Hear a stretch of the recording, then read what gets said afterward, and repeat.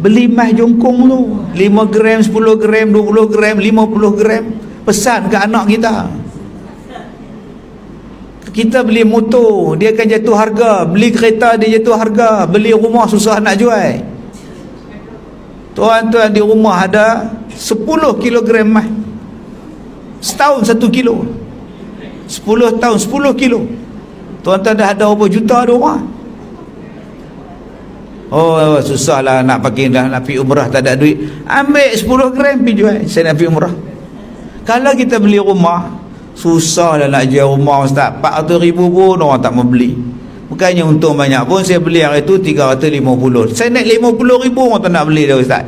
Tu cara nak jual tangga, nak pergi Mekah. Ambil ke gaji pergi jual tangga boleh. Tobatlah home tak laku lah. Tapi kalau tuan-tuan ambil 10 gram mah, laku tak? Laku.